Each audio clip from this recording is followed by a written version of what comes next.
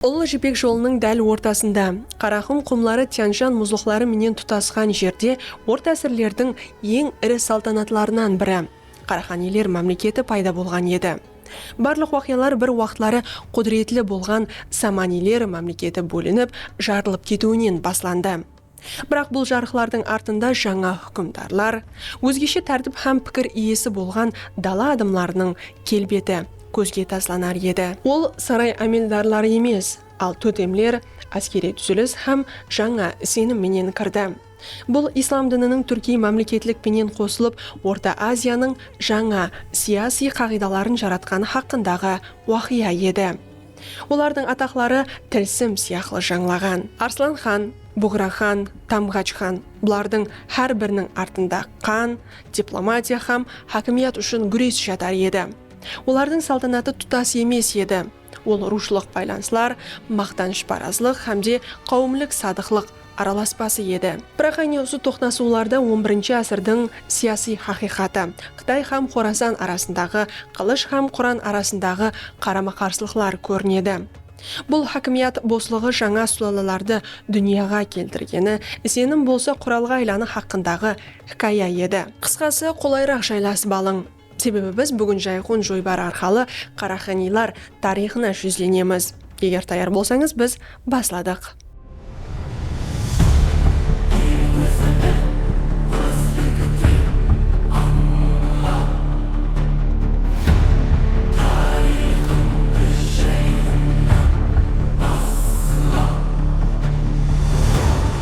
20-ші асырдың екінші ярымына келіп, ішкі қарама-қарсылықтардың күшеюі һәм кескінлесуі нәтижесінде Саманилер мемлекеті әлсірей бастады. Саманилерге қарсы болған уәлаятлар, әсіресе Харасанда олардың хакимиятына қарсы көтерілген қозғалаңлар, Таж һәм тақт үшін үзліксіз алып барылған күреслер Саманилер мемлекетінің құлауының шақыластырған еді. Бұндай жағдайдан Жетісу һәм Қашқарда жасаушы түрки қауымлер өнімлі пайдаланды. Себебі 20-ші асырдың екінші ярымына келіп, бұл аймақлардағы түрки қауымлер Қарлухлар, Ягмалар, һәмде Шигеллер және де басқалар өзлерінің күшлі мемлекетлерін құруға еріскен еді. Қараханилер тарихы бірінші рет рус тарихшысы Василий Григорьев тарапынан 1874 жылда баспадан шыққан Қараханилердің Мауреннахрдағы тарихы Наджимбашы тарапынан Османи текстінде аударма һәм экспертлерменен атлы шығармасында көзге тасланады. Қараханилер өз заманында мемлекеті түрк, замины Туран, Хақаны Түркістан, Малики Түркістан, Али Эль-Хания, Аль-Хақан ат-Турк Али Афрасияб, сондай-ақ Ханият Аль-Атрак, Хақания сияқлы атлар менен жүртіледі. Қараханилердің Шигеллар ямасы Қарлухлар қауыміне тиесілігі хақындағы көзқарас орта әсірлер дәуірі тарихының көпшілік зерттеушілер тарапынан мақұлланады. 840 жылы Қарлухлар сардары Есвиджап хакімі Кульбилға Қадырхан ұйғыр қағанлығы құлағаннан кейін өзін қаған деп атап жоғары хүкімдарлыққа талап қойған еді. Бірақ сол жылдың өзінде ақ Саманилер Есвиджапты басып алды. Түрки қауымлер болса 893 жылы Исмаил Самани Таразды иелегеннен кейін батыс Қашқар жерлері тарапке шегінуге мәжбүр болған еді. Тарихи деректерге қарағанда Кульбилға Қадырхан 893 жылы қайтыс болады. 904 жылы Мауреннахр жерлеріне үлкен көлемдегі түрки әскерлер бастырып кіріп, жеңіліске ұшырайды һәм ізіне қайтарылады. 906 жылы Исмаил және Қарлух жерлеріне бастырып кірді. Саманилер өз мүлкілерін Қарлухлар есабынан кеңейтіп барды. Қараханилер династиясының тарих майданында пайда болған дәуіріне келіп, Қарлухлар елі бірден бір күшке ие емес еді.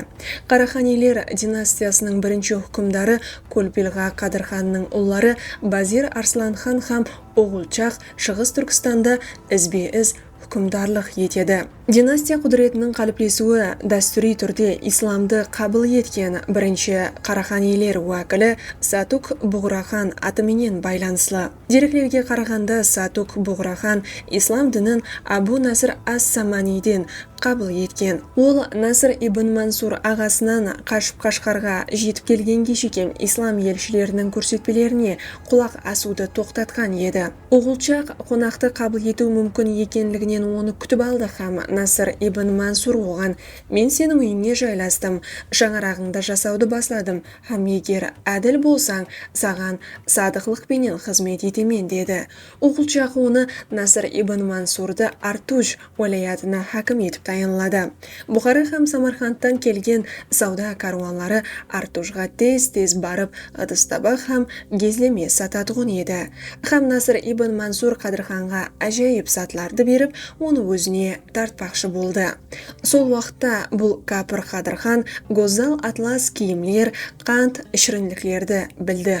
Ол, яғни Насыр ибн Мансур менен жақынласып, досласып, оған сүйенбегенше оларды көрмеді һәм әрекет етпеді. Кейін Насыр оннан сиыр терісіндей үлкенліктегі жерді Рәббісіне ибадат ететұғын мешіт құру үшін беруін сұрады. Қадырхан: «Тек сен қалеген жеріңді беремен» деді. Насыр сиырды сойды, терісін алды, белбеулер етіп кесіп алды, һәм олар менен қазір Артуж Жаме мешіті деп аталатұғын мешіт үшін жерді белгілеп қойды. Қадырхан бұл мәселені шешуде оның тапқырлығына қайран қалды.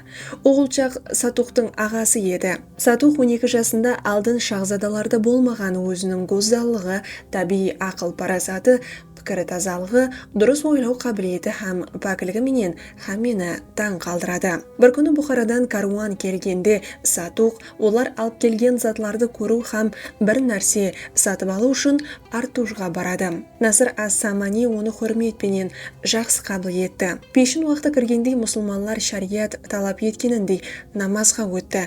Бірақ Сатуқ бұл бақытлы міндеттің орынлануын елі білмес еді. Сондықтан ол ұзақ бақылап тұрды.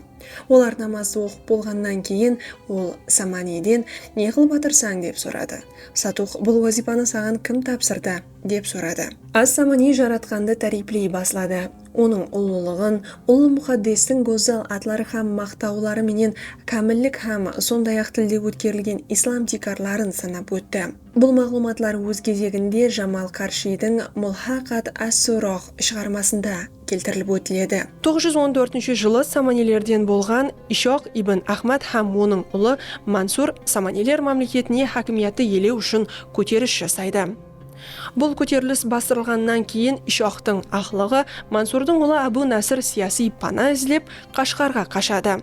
Осы дәуірде Сотуқ Боғрахан дәл оннан исламды қабыл етеді. Діни келіспеушілік себеплі ағасы Оғылчаққа қарсы қозғалаң көтерген Сотуқ Тараз һәм Қашқарды қолға алып, 927 жылы Баласағунды, яғни қазіргі Қырғызстан пайтақты Бишкек қаласы жанындағы қаланы елейді һәм өзін жоғары хүкімдар деп жариялайды. Деректерде келтірілуінше Сотуқ Боғраханның әкесі қайтыс болғаннан кейін тақт уақытынша оның әмекісіне қалдырылған еді. Келісімге көрі Сатуқ Боғрахан ер жеткеннен кейін әмексі тақты оған беруі керек еді.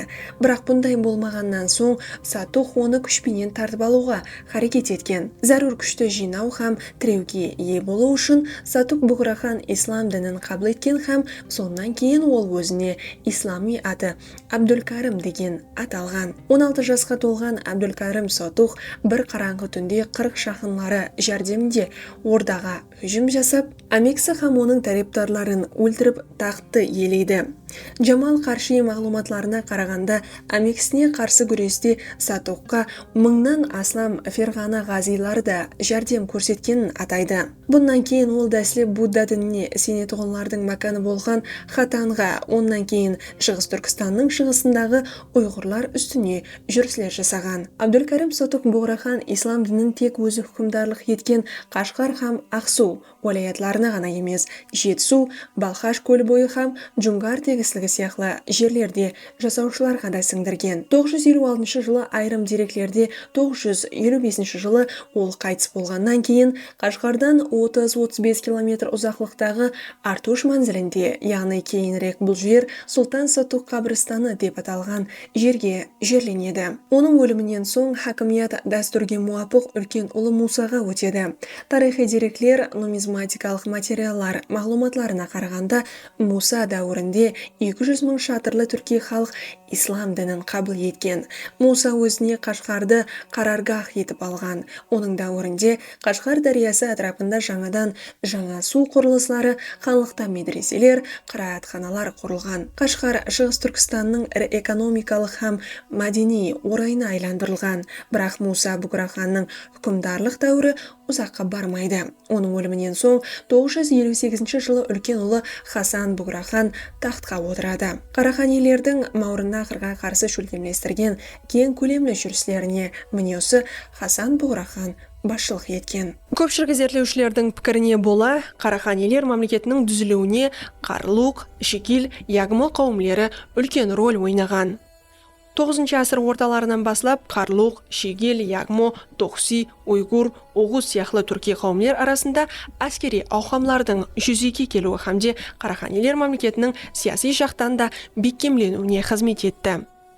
Негізінде бұл мемлекет өзінің ішкі түзілісі бойынша онша бекем болмаған қауымлық әскери ауқамнан ібарат еді. Бірақ соған қарамастан мемлекетті бұрынғыдай қауымлер ауқамының басшысы болған Жабғу емес, ал хақиқи құдіретлі салтанат хүкімдары Ұлы хан, яғни Қарахан басқара баслайды. Ұлы ханлар сол дәуірдегі түрки қауымлер төтемлерінің атыменен байланысты атақларменен аталған. Мысалы, Ягмо қауымының төтемі Буграхан, Шегел қауымының төтемі Арслан хан сияқты атақлар ханлардың атына қосып айтылған. Төтемлер түрки халықларды да өзіне тән иләһи құдірет тымсалы сипатында қаған атларына біріктірілген. Айемгі дәуірлерде Шегел қауымының хүкімдары Тексин атағына ие болған. Тарас хүкімдары Айлаз, Суяб хүкімдары Яланшах, Тухси хүкімдары Куртекин деп аталған. Қараханилер хүкімдарлары Элек, Илық, Илек, Арслан хан, Буграхан деп аталған. Соны да айтып өту керек, Сотуқтың әкесі Базыр Арслан хан атағына ие еді. Түркилер арасында ең белгілі атақ Тегин еді. Қағанға қарасылы болған барлық ел жұрт, уалаят хакімлері Илік хан һәм Тегин дәрежесіне ие болып, олар Ұлы хан Қараханға бойсынған. Қарахан сөзі һәр түрлі мәністе талқыланады. Атап айтқанда, қара сөзі күшлі, халық, хан сөзі хүкімдар, басшы мәнсілерінде келген. Сондай-ақ Қарахани хүкімдарлары өз дәуірінде Табғаш хан атыменен де ұлғыланған. Қарахани хүкімдарлары қолданған Тамғач яғы Табғач титулы түркилерде Чин Қытай хакімиятының тәсірін білдірген. Себебі түрклер Чинде хүкім сүрген Табғач атлы түрки қауымге байланысылы бұл өлкеге осы атама берген еді. Хақиқатында да бүткілі ескі түрки қағанлар сияқлы мұсылман Қараханилерде жаһан хакімияты идеологиясына байланысылы болып қалған еді. Бұны легитимлестіру, яғни низамластыру үшін хатте Қараханилер өз шежіресінің келіп шығуын әпсаналық Альп Эртунга, яғни Афрасиапқа байланыстыруға ұмтылады.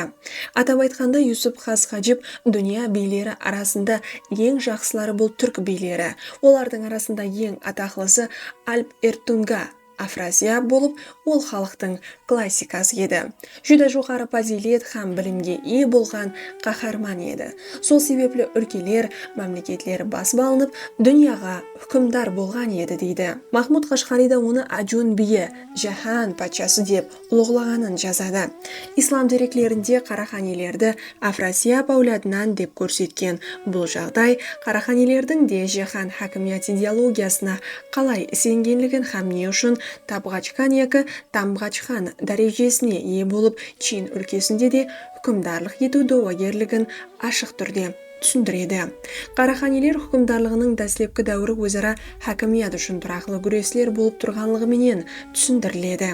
Бұл күреслер тек арнан Али Арслан хан һәм Харун Буграхан әулетлар ортасында болған. Сол себеплі Алилер шаңырағы һәм Харуннилер шаңырағы деген атама осы дәуірге қарата қолданылады. Қараханилер бүткіл тәңірі Тау һәм Жетісуды иелеп болған соң, Саманилер мемлекеті құрамында болған Мауреннахрға да әскери жүрістер шөлкемлестіре бастайды. Олар тез арада Перғана һәм Исфчап, яғни Сайрамды басып алуға ерседі. 990 жылда жүзеге келген жағдайдан пайдаланып, Қараханилер династиясы Мауреннахрға шығыс һәм арқадан әскери жүріс қылды. Шығыс әскерлеріне Хасан Бұғраханның өзі басшылық етті.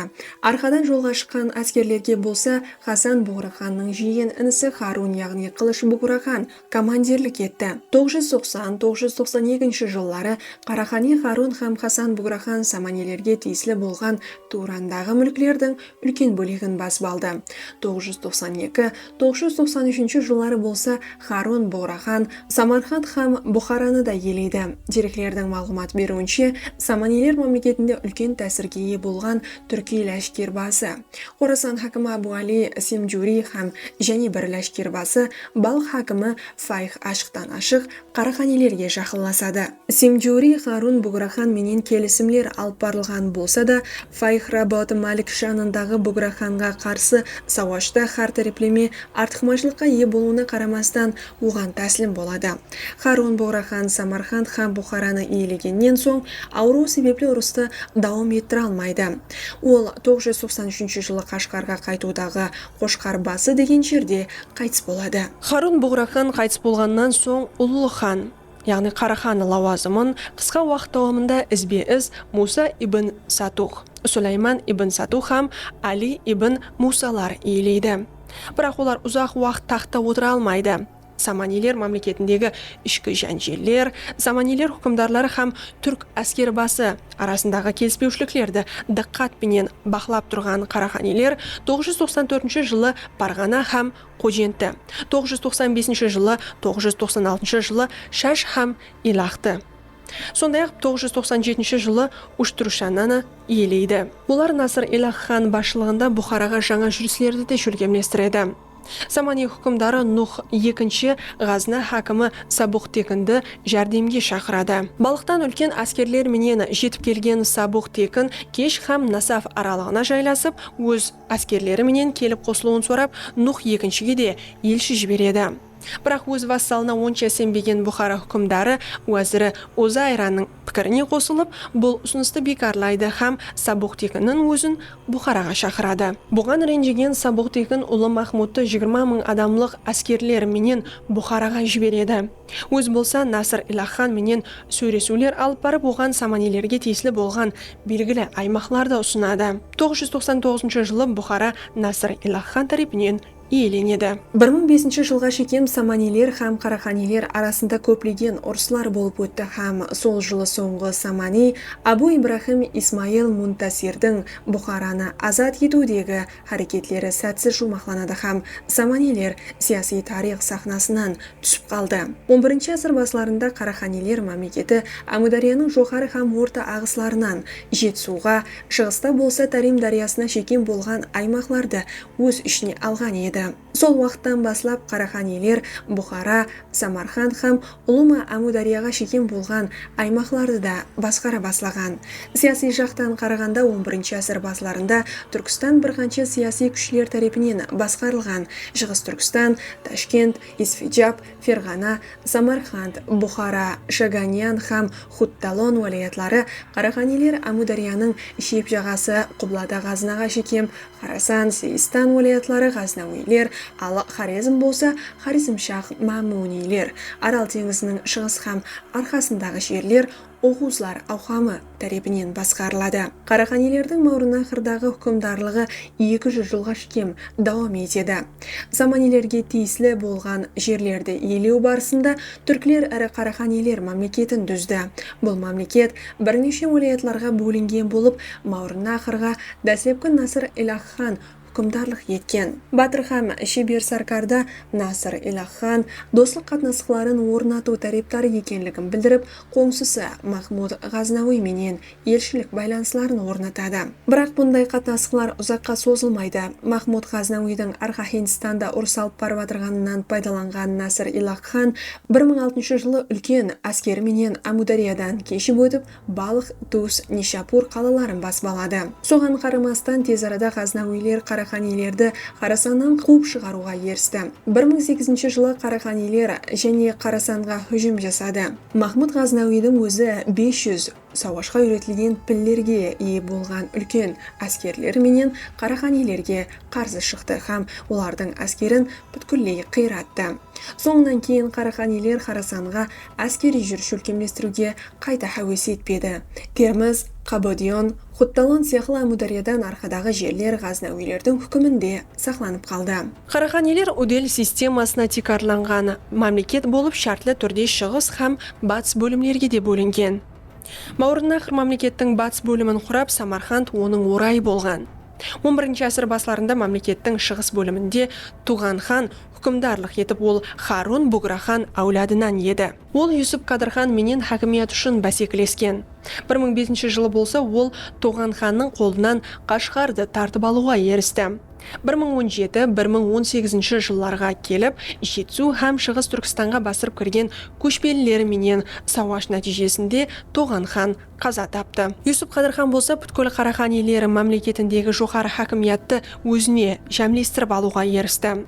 Осы жерде атап өту керек, Насыр Илах хан Мауреннахрды hükümdar сыпатында емес, ал ұлы ханның найыбы сыпатында басқарды. Атап айтқанда, ол Ахмед Арслан ханның вассалы сыпатында Мауреннахрды басқарды. Яғни Насыр Илах ханның өлімінен соң, оның інісі Мансур ибн Али Мауреннахр Илих ханы етіп тайынланды. 1015 жылға келіп, ол ұлы ханға бойсынудан бас тартып, өз артына Арслан хан атағын қосып, теңгелер соқтыруды да баслайды. 1015-1016 жыллары қарахани hükümdарлары һәм ірі хамилдарлар арасында таждақты елеу, ірі жайлауларды қорға кіргізу, сондай-ақ айрым уәлаятларды басып алу үшін күреслер хәужала баслайды. Арадан біраз уақыт өткеннен кейін Мауреннахрда хакимият қараханилердің, хасанилердің шаңырағына тиесілі Али Тегин қолына өтті. Осы мағлұматларға текарланып, Феодоров Мауреннахр 1025-1035 жыллар аралығында Буграхан Харун Хасан әулетларынан бірі Али Тегиннің, яғни Али ибн Хасан hükümdarlығы астында болған деп тастиқлайды. Бірақ кейінгі дәуірлерде Кочнев тарапынан алып барылған зерттеулер Али Тегиннің Бұхарада 1021 жылдан баслап hükümdarlық еткенлігін көрсетеді. Али Тегин менен қараханилардың ұлы ханы Тамғаш хан Юсуп Қадырхан арасында жақсы мұнасибет орнатылған еді. Бұл қатынастықтың және де күшейіп кетуінен қорыққан Махмуд Ғазнауи Юсуп Қадырхан менен келісіп Али Тегинге қарсы харекет етті. Юсуп Қадырхан Мауреннахрды өз ұлына Енал Тегинге алып бермекші болды. Сол мақсатта шығыс қараханилер 1025 жылы Мауреннахрға жүріс қылады. Али Тегин Зарafшанның оң жағасында жасап батырған көшпелі түркмен қауымдары һәм Селжуктың ақылықлары Исмаил, Тогрул һәм Дауытлардан жәрдем сұрайды. Бұл сауашта Мауреннахр қараханилері жеңіліске ұшыраған болса да, Али Тегин Мауреннахрда өз хакимиятын сақлап қалуға ерісті. 1032 жылға келіп, Юсуп Қадырхан хүкіміне Жетісудан тысқары Шығыс Түркістан, Исфиджаб, Таразда кіреді. Бұл бөлімнің орайы Қашқар болған. Кейінала оның мирасқорлары Сулайман Богро Тегин һәм Мухаммед Яган Тегинлер де Мауреннахрды елеуге харекет етіп, бұл бойынша Масуд Ғазнауи менен өзара қатынасқыларды және де бекемледі. Шамамен 1030 жылдан баслап Али Тегиннің ұлы Юсуп ибн Али һәм Насыр ибн Алидің ұлы Ибрахим ибн Насыр арасында Мауреннахр үшін күреслер хәужалды. Бұның нәтижесінде Ибрахим ибн Насыр селджукилердің жәрдеміменен 1040 жылы Мауреннахрды елейді һәм ұлы хан деген атаққа мияссар болады. Абу Саид Кардизи өзінің Зайн уль Ахбар шығармасында Ибрахим ибн Насырдың сияси майданға шығуын 1036-1037 жылларменен байланыстырады. Тарихшы Абуль-Фазыл Байхақидің Тарихы Масуди шығармасында Ибрахим ибн Насыр Ибрахим Бури Тегин аты бірінші мәрте 1038 жылы тілге алынады. Сол жылы ол Али Тегин ұлларының қолынан тұтқынлықтан қашып, тәслеп Ферғана тарапке жол алады. Кейін ала Ғазнауилерге қарасылы Әмудария бойындағы мүлкілерге кетуге мәжбүр болады. 1038 жылдың көзінде Дәслеп Хутталонды, соң Шаганьонды қолға кіргізуге ерісті. Ол Мауреннахр хакімі Юсуп ибн Али менен күресіп, тез арада Самарқанд, Кеш, Бұхараны қолға кіргізеді. Теңгетану материалдарына қарағанда 1040 жылы-ақ оның атынан Кеш һәм Самарқандта теңгелер басылғанын көру мүмкін. 11 ғасырдың 40 жылларына келіп, Харасандағы Ғазнауилер мемлекеті селджукилер тарапынан жеңілді.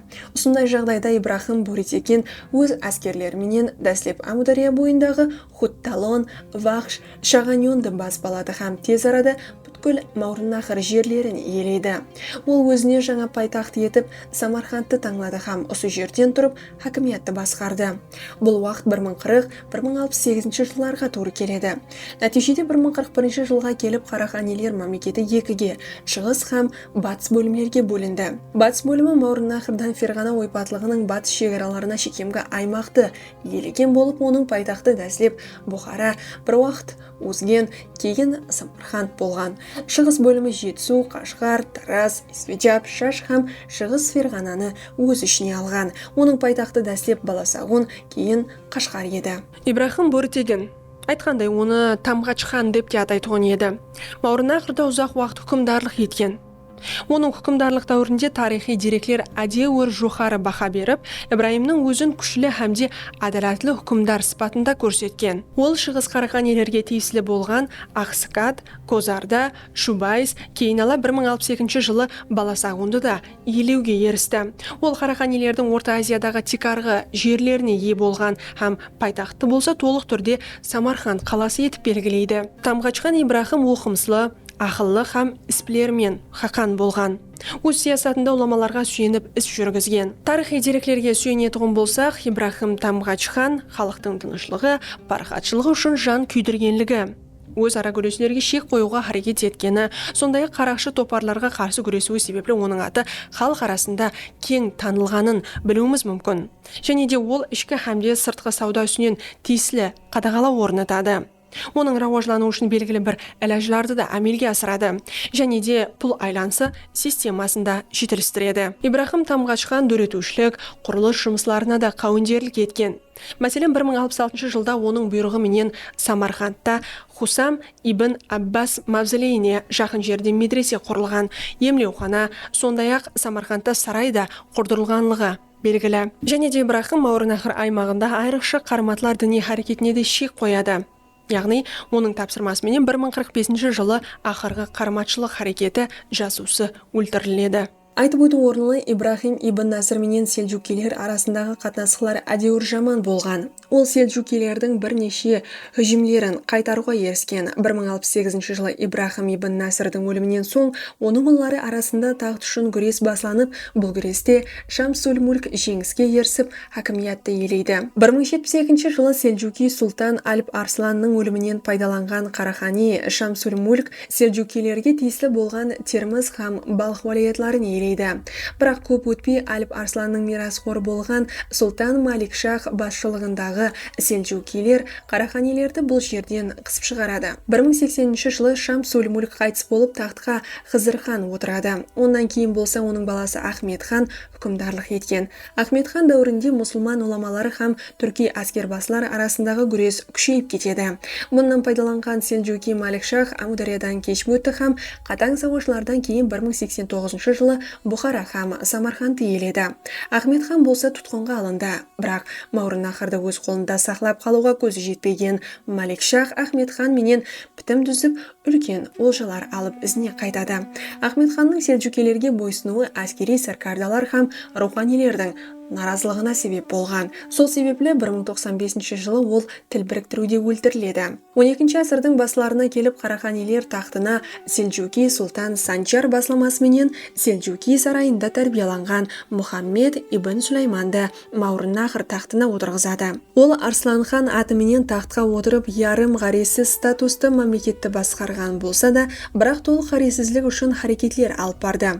Арслан хан хүкімдарлығының соңғы жылларында паралич болып қалды. алған. Ол тақт hukmdar етіп өзінің баласын Насырды тайынламақшы болады, бірақ 1130 жылы Насыр сұйқас нәтижесінде Самарқандта өлтірілді. Тарихи деректерде бұл көтеріліс басында руханилер басшысы Ашраф ибн Мухаммад Самарқанди тұрғанлығы көзге тасланады. Бірақ Ибн Аль-Асырдың мәлуматларына қарағанда Насырдың өзі атасына қарсы сұйқаслықта қатынасқаны үшін атасының бұйрығымен өлтірілген. Ашраф ибн Мухаммед Самарқанди Самарқандта көзге көрінген Абу Шуджа Мухаммед ибн Хамза Аль-Алави әулетларынан болған. Сондай-ақ ол Ашраф ибн Мухаммедтің Хазіреті Али әулетінен екенлігін айрықша баянлап өтеді. Бұл болса Ашраф ибн Мухаммедтің тек сияси шеңберді емес, ал уламалар арасында да үлкен абырайға ие екенлігін көрсетеді. Анна Сафи оны 1129 жылда шахид болған деуменен шекленген. Этимал Ашраф ибн Мухаммед сол дәуірде қалалардың тақт үшін күресінде қатынасқаны үшін да өлтірілген болуы мүмкін. Насыр өлтірілгеннен кейін басланған көтерілістерді бастыру үшін Арсланхан жәрдем сорап Сұлтан Санжарға мұражат етеді. Бірақ осы уақыттың өзінде Арсланханның екінші ұлы Қадырхан Ахмет Самарқандта өзі тәртіп орнатады һәм көтерілісшілерді өлімге бұйырады.